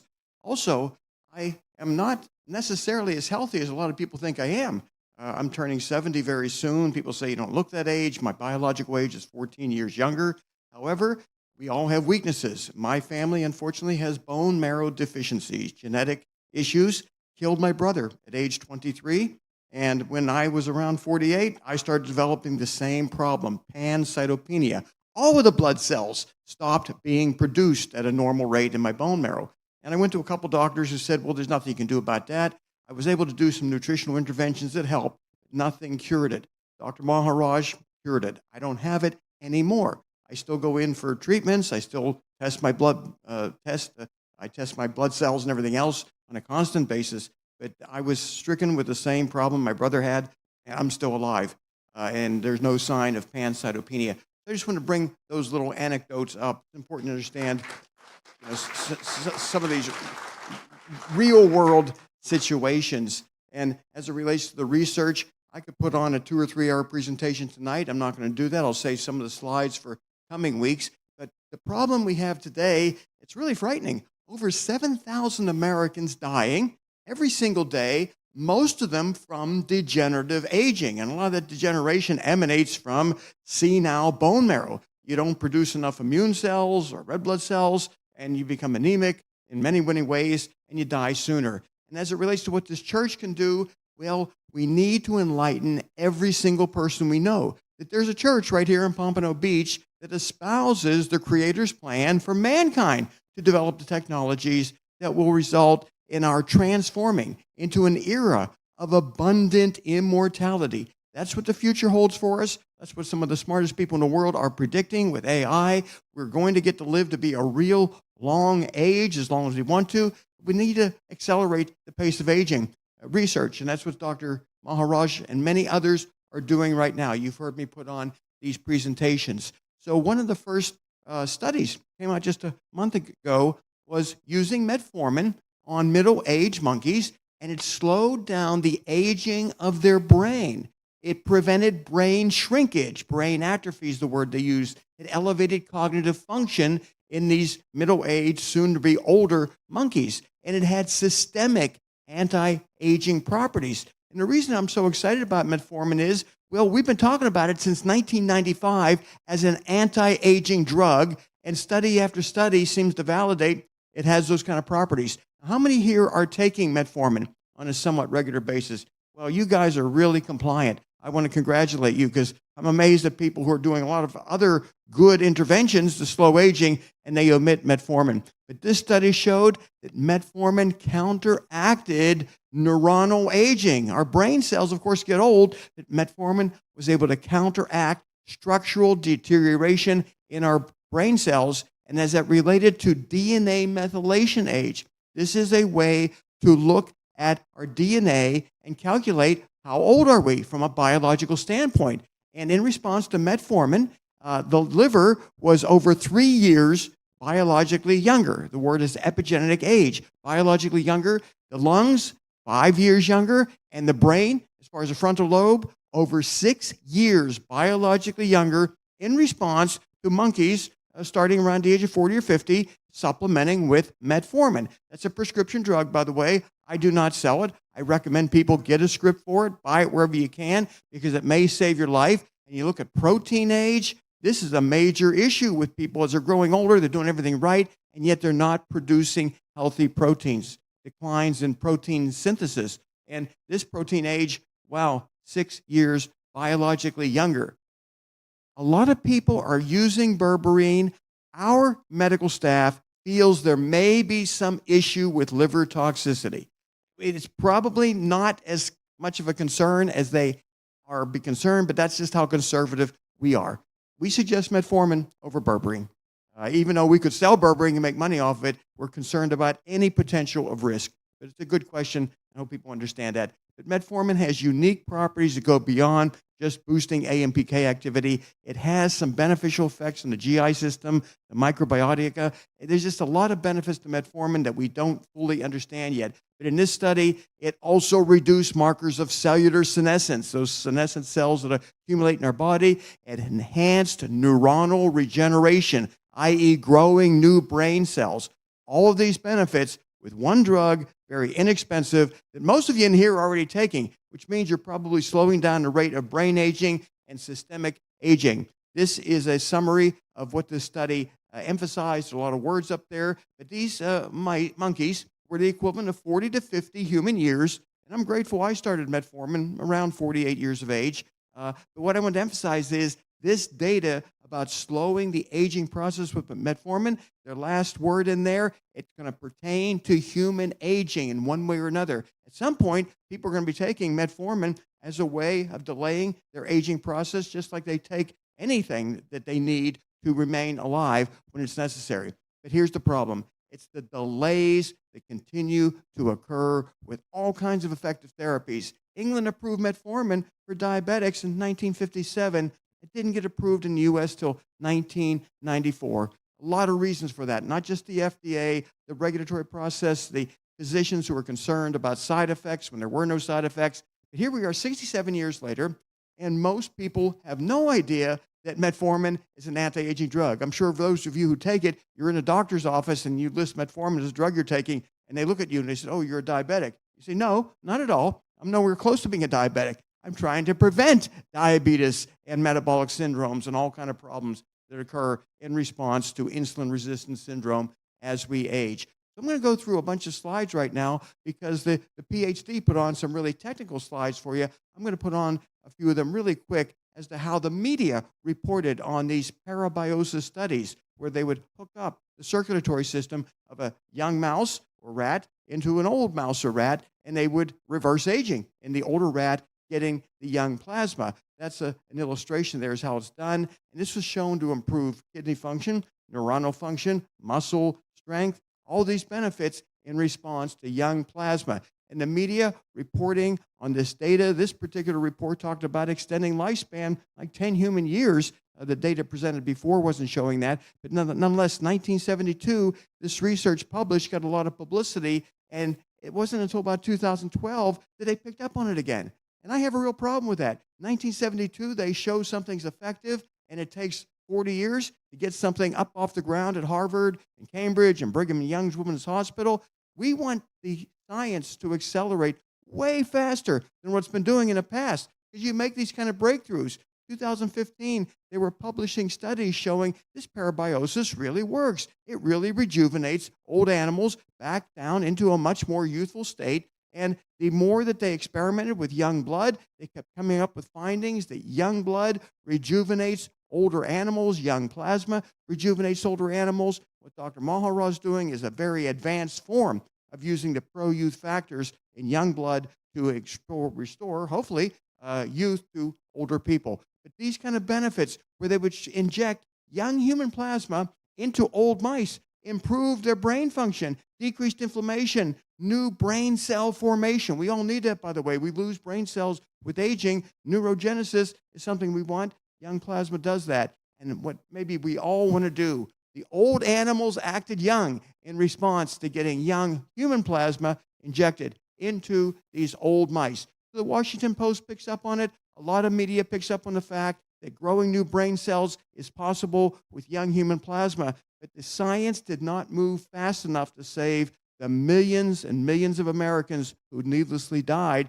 from problems that could have possibly been rectified by this young plasma. And then the bone marrow niche, we know how important that is. If you transplant in mice young bone marrow into old mice, you rejuvenate them. This cannot be done safely with humans. As Dr. Maharaj mentioned, graft versus host disease will kill if you don't match those bone marrow cells up perfectly, and you really can't do that at this stage. So the best thing to do is rejuvenate your bone marrow internally with whatever therapy can work. But this Stanford study was fascinating. They took very young plasma from 15-day-old mice, and they were able to demonstrate all of these benefits: neuronal branching, synaptic function improving, larger increases in neurotransmitter release, all of these kind of benefits. But this is an illustration that should impress you the most. Now, on the left-hand side is microglia and the synaptic branches extending far out like a healthy tree. They're extending out to communicate with other brain cells. But right next to it, the old mouse, they're all shriveled up. The synaptic branches are shriveled. That normally happens with aging. Now, with an old mouse, given the old bone marrow, well, nothing happened. It just stayed shriveled, even got worse. But that far right slide, it's highlighted in red. That's an old mouse with a young bone marrow transplant, and you can see the microglia, synaptic branches have extended again back down to that of youth. That's how excited we are about Dr. Maharaj's research and anyone else who's doing bone marrow restoration research. It's a major, major advance. This is another graphic. That gray box on the top are young mice running around the cage real fast, very active, having sex, having a great time. Unfortunately, with the age, they're not doing that much anymore. They're just kind of limping around, just waiting to die. And that's that blue box to the right of that gray box. And then down to the bottom, you've got the old mouse with the old bone marrow put in, and nothing happens. It just stays old. But to the red, that red box, the old mouse with the young bone marrow transplant, it's running around again just like a young mouse. When we can perfect bone marrow transplants in a way that we can literally take an 18-year-old's bone marrow and synthesize it in the lab, whatever we need to do, put it into old people, we may have solved a big part of the aging process. And this is data published in 2019, and I don't think the pace of research has been fast enough. I think when you got data like this showing young bone marrow restores aged mouse brains, should be a national priority, a Manhattan-type project. Let's see what we can do to rescue people dealing with neurodegenerative illnesses that this very well may cure. So again, the data continues to be published. Not enough of it is making it into clinical reality, meaning clinical practice of medicine, and as a result, people are dying. Now, here's something very exciting. They were able to identify in young plasma, in addition to GDF11 and others, 2 proteins, thrombospondin 4, spark-like protein 1. These 2 proteins alone may be responsible for a lot of the rejuvenation that occurs in response to very young blood. And the great news is they can create these in the laboratory. Recombinant transforming growth, the spark-like protein 1, thrombospondin 4, they can create those in the lab. So in the near future, we may have access to these kind of drugs where we inject these into our body and we grow young again in a major way. But here we are, this slow pace of research, we need to hurry it up, or frankly, a lot of us won't be around by the time we figure this out. So what I've done, put together a lot of the published studies that you can then look at on the church's website, read about what Young Blood is doing in clinical trials, how it is seeking to achieve neuroregeneration, and in many cases, the indices are very, very positive. People with neurodegenerative illnesses should consider young plasma options, because the bottom line is we just don't have time to delay research. We need to accelerate every technology we know, validate what works, throw away what doesn't, and move everything forward. So you look at metformin, and many of you understand that way back in 1995, they were able to show how it was able to reduce diabetic complications, reduce death, reduce all-cause mortality. That was 1995, which motivated us, by the way, to start recommending it to everyone we knew. We published it in various journals. Metformin is an anti-aging drug. It can save lives, and we were validated in 2017. A JAMA study showed that pre-diabetics, if they took metformin, they reduced their risk of progressing to type 2 diabetes by 31%. And if they started before the age of 60, they reduced their risk of diabetes by 58%. And some of the people lost a lot of weight, some people don't. Metformin has profound effects on insulin sensitivity, and for some people, they lose a lot of weight on it. It's not a GLP-1 agonist, by the way, but it does work in different ways. Metformin may prevent pancreatic cancer. This was a study at MD Anderson, 62% fewer people having pancreatic cancer who were prescribed metformin compared to other diabetic drugs. And if you happen to have colon cancer, Well, they'll do surgery and give you chemo, but you don't know if you're going to survive. But if you look at the very top there on the green, those are metformin patients. 4% of them had the problem there of a recurrence compared to 19% of the people not taking metformin. That's basically a 4 to 5 time reduction in your risk of colon cancer recurrence just by taking metformin in addition to conventional therapy. And then the risk of metastases, the 5-year survival, the death rate, all of them improved in the metformin group. And here's a drug that's relatively safe. I've been taking it since the year 2000 or so, and it just no side effects for me. For about 15% of people, it creates GI side effects, and they can't take it. And those people regret it. Some of them really need it, and they know they need it. So 2015, this clinical trial was announced. You've seen these slides before. Front page of the Wall Street Journal talking about a potential fountain of youth by using metformin in a group of older people, comparing them to a placebo group, and all kind of publicity. Dr. Barzilai making international headline news about the first ever clinical study to use a drug to slow down or reverse biological aging. CBS News reporting on the potential to delay or reverse aging. Many, many scientists working on all this. And well, I hate to say it, as of September 2024, as far as we know, not a single patient has been recruited for the metformin trial. And we don't know all the reasons why. There's been some regulatory issues, as there is with everything we try to do to advance science, maybe some financial issues. But the fact that in 2015, 2016, this study was supposed to start. In 2024, it hasn't even gotten up off the ground.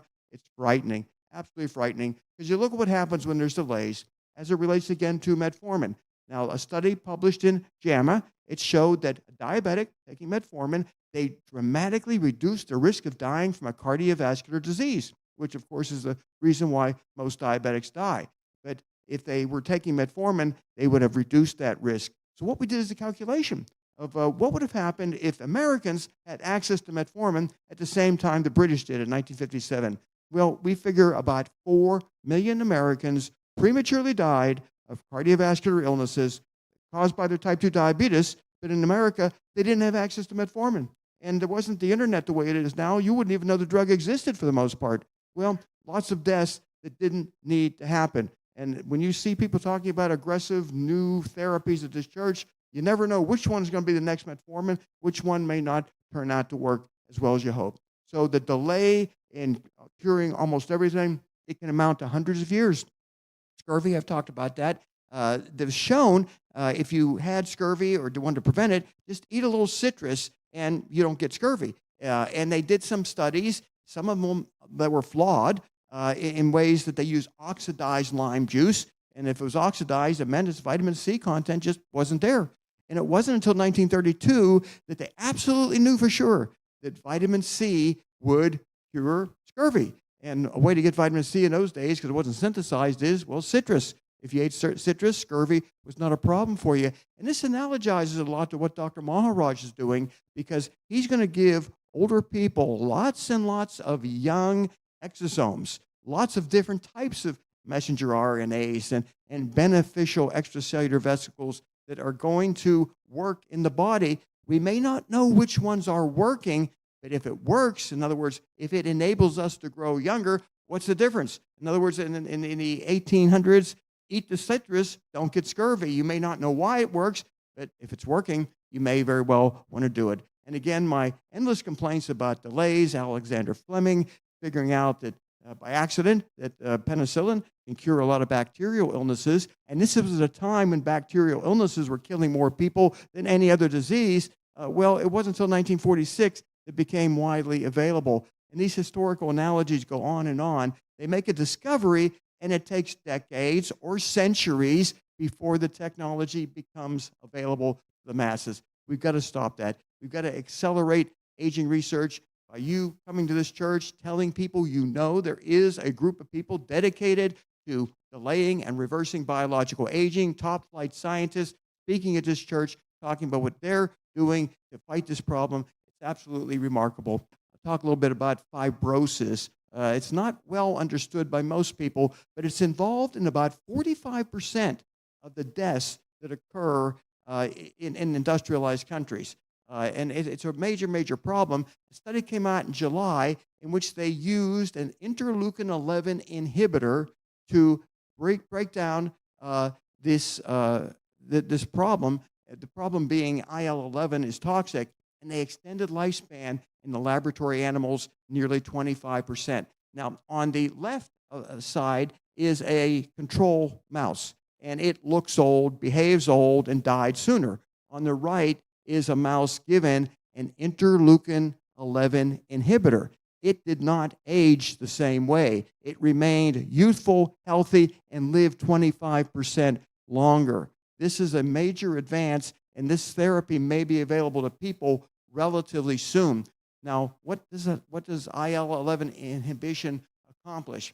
Well, inflammation, and that's a big problem with aging, chronic inflammation, it facilitates the fibrotic process. You've heard of pulmonary fibrosis, hepatic fibrosis, cardiac fibrosis. It is a killer. And if you inhibit IL-11, well, you extend lifespan by blocking all these fibrotic problems, and it's effective in young and older mice, which is really important because most of us here are older. If something just worked in younger people that failed to work over age 60 or 70, we'd be rather disappointed.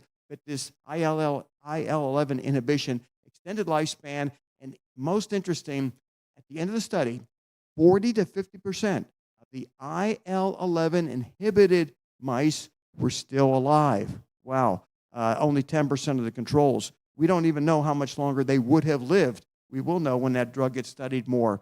So I'm going to show you a video here of normal age mice without the IL-11 being inhibited. And you can see they look older, they're losing their hair, they move around slower, they're just behaving pretty much like older people do compared to younger people. And then when you inhibit the interleukin-11, in this case they altered the gene from birth to inhibit that, well, the mice, they appear younger, and they're more active, and they're healthier, and they live 23 to 25% longer by inhibiting interleukin-11. If you think, well, what happens? Doesn't that do some other important work in the body? It does, but there's redundant mechanisms, meaning you don't appear to need interleukin-11 to stay alive. Other factors in the body will do what it normally does, but it will not kill you necessarily if you are able to inhibit it. So mechanisms of action, will you inhibit IL-11? You inhibit mTORC1. That's one of the reasons we take rapamycin, engage in intermittent fasting, increased AMPK activity, why we take metformin, why we take certain nutrients to boost AMPK activity, reduce markers of cellular senescence. Wow, is that a major problem? And you inhibit IL-11, you reduce the senescent cell burden, decrease liver fibrosis, upregulated brown adipose tissue. This is very hard to do when we get older, and when you upregulate the adipose tissue that's brown, you reduce fat, you reduce lipids, and improve insulin sensitivity. All of these benefits by inhibiting interleukin-11. And the great news is they've done these studies where they've knocked out the IL-11 gene since birth, and they've extended median lifespan by 25% without side effects. So it really proves in this study you can knock out this gene from birth, and people are going to, the animals anyway, live longer. Now this is more applicable to us. These were older mice, the human equivalent of maybe 60 years or older.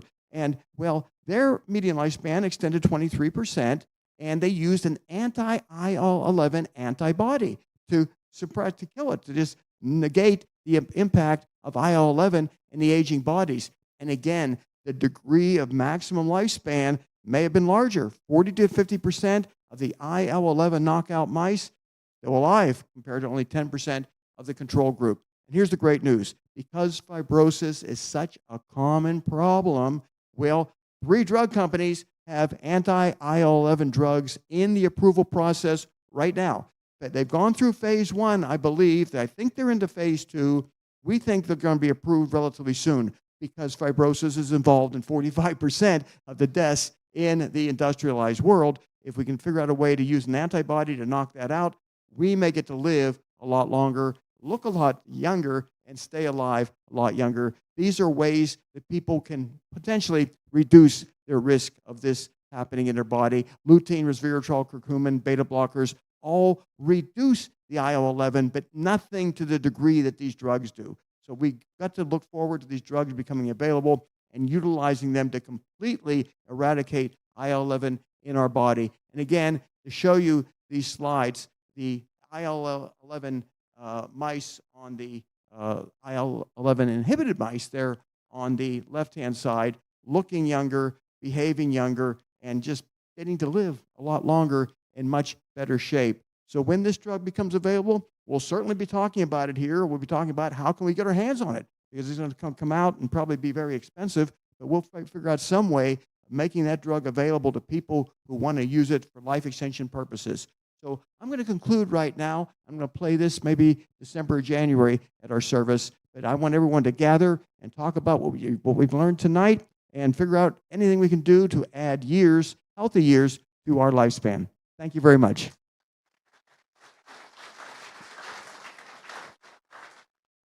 Good evening, Bill, and good evening, everybody. And what a wonderful night hearing all this data. Bill, I wasn't going to say anything, but you hit the magic, the magic with fibrosis. And fibrosis is really evident in any part of the body. There's a recent report out, just came across my desk, about gene therapy. So I come from that gene background and gene therapy, and so they are doing rat studies, mice studies right now, where they are injecting the heart of mice that have been induced with a heart attack. The first thing to come to that area are the fibroblasts. The fibroblasts are responsible for fibrosis. What they are doing now with adenoviral vectors with gene treatment, they are treating the heart muscle, the heart fibrosis, changing those fibroblasts from cardiac fibroblasts into cardiac myocytes.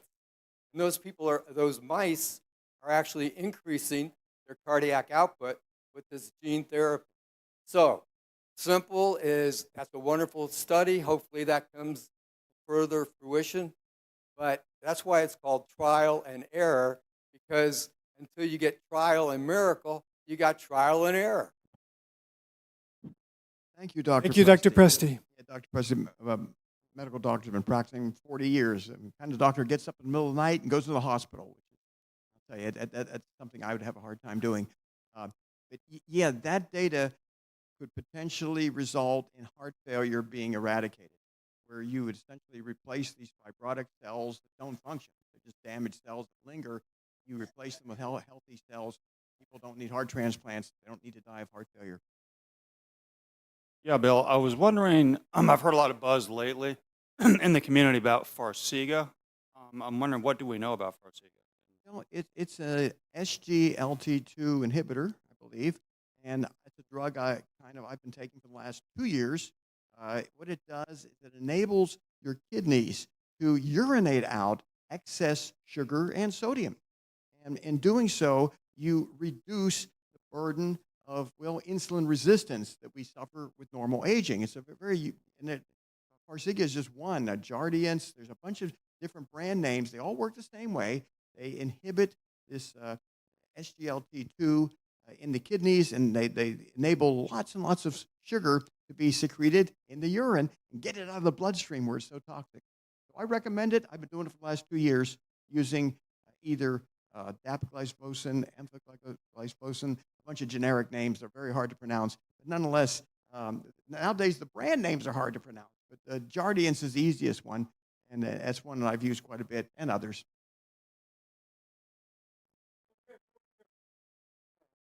Hey, Bill, Oh, well. quick question. What is the current status with the Yamanaka factor?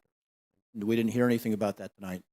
What we're doing is funding a multi-million-dollar study where we will be putting the transcription factors, the reverse aging in mice, into old monkeys.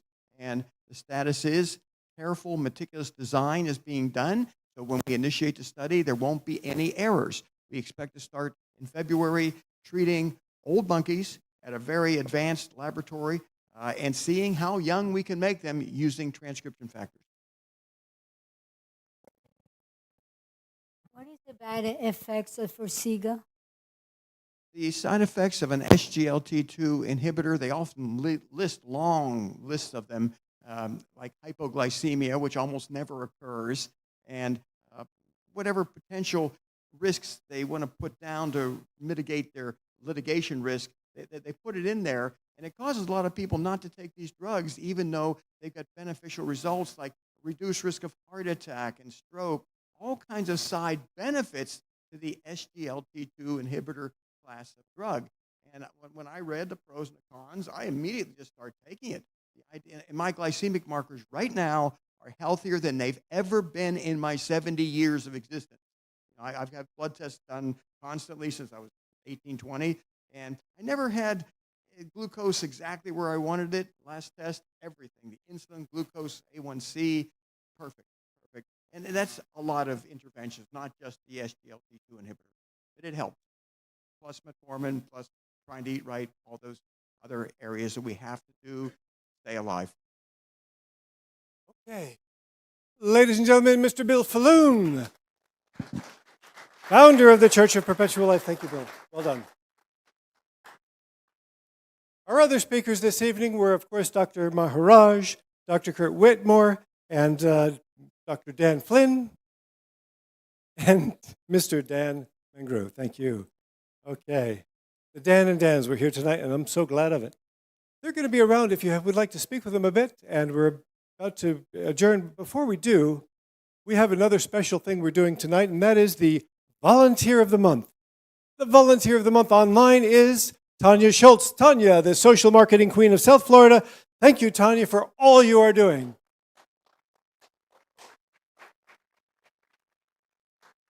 The Volunteer of the Month for here, in live and in person, is none other than Dave. There he goes. Here we go. Come on up, Dave. Stand up here. David Feldman. Stand. You see all the decorations we have and the balloons and all the hard work that Dave did the other day to decorate for us? Thank you, sir. Dave Feldman is the Volunteer of the Month. In person, live and in person. As you know, we have recorded the event tonight. Maybe things were very interesting to you and you'd like to share what you saw and heard here tonight. And of course, it has been recorded and you can share that with all the people that you love so that they can see what you have seen and heard tonight. You'll find the information to do that at our website at perpetual.life. Our event next month is going to be Thanksgiving themed, and that will be on the third Thursday, as it always is, the Thursday before Thanksgiving. Doors will open at 6 o'clock next month, the main event at 7, and there you are. I want to thank you all for coming tonight. We have a special, once again, yes, we're back live, hybrid live, so monthly services resume every month, and watch the website because it's a little bit tricky. December will be different. After that, it'll be typically the fourth Thursday of the month. Watch the website for those details, and again, you can get details through the emails if I have your email address. In the honor of our speakers this evening, we have a special meal for you tonight, and that is the suggested donation for that is $10, and the meal is a special Costa Rican dishes of chicken, salmon, and a mushroom meat for the vegans. So I hope you enjoy the meal, and I hope you enjoy the party that is now to begin. Thank you.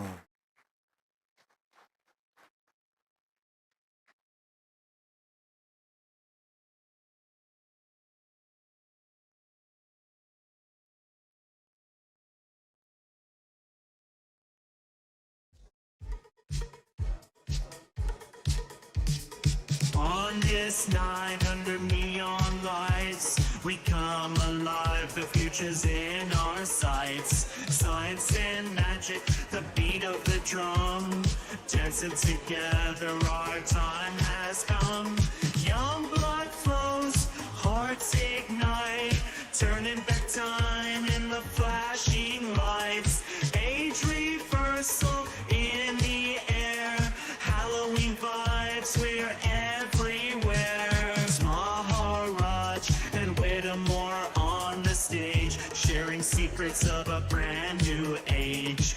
Bill's vision opens the door, longevity's paints for. Young blood flows, hearts ignite, turning back time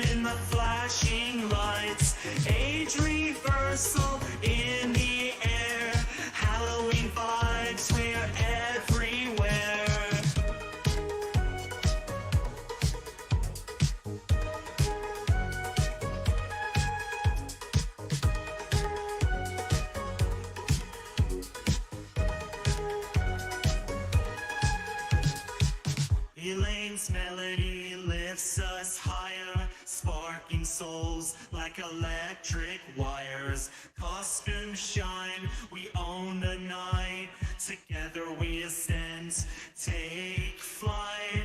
Young blood flows, hearts ignite, turning back time in the flashing lights. Age reversal in the air, Halloween vibes, we're everywhere.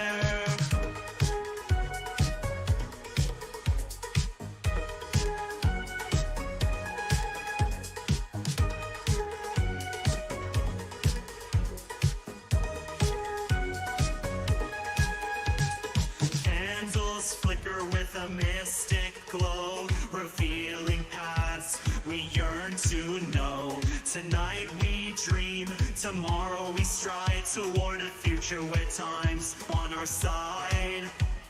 Young blood flows, hearts ignite, turning back time in the flashing lights. Age reverse.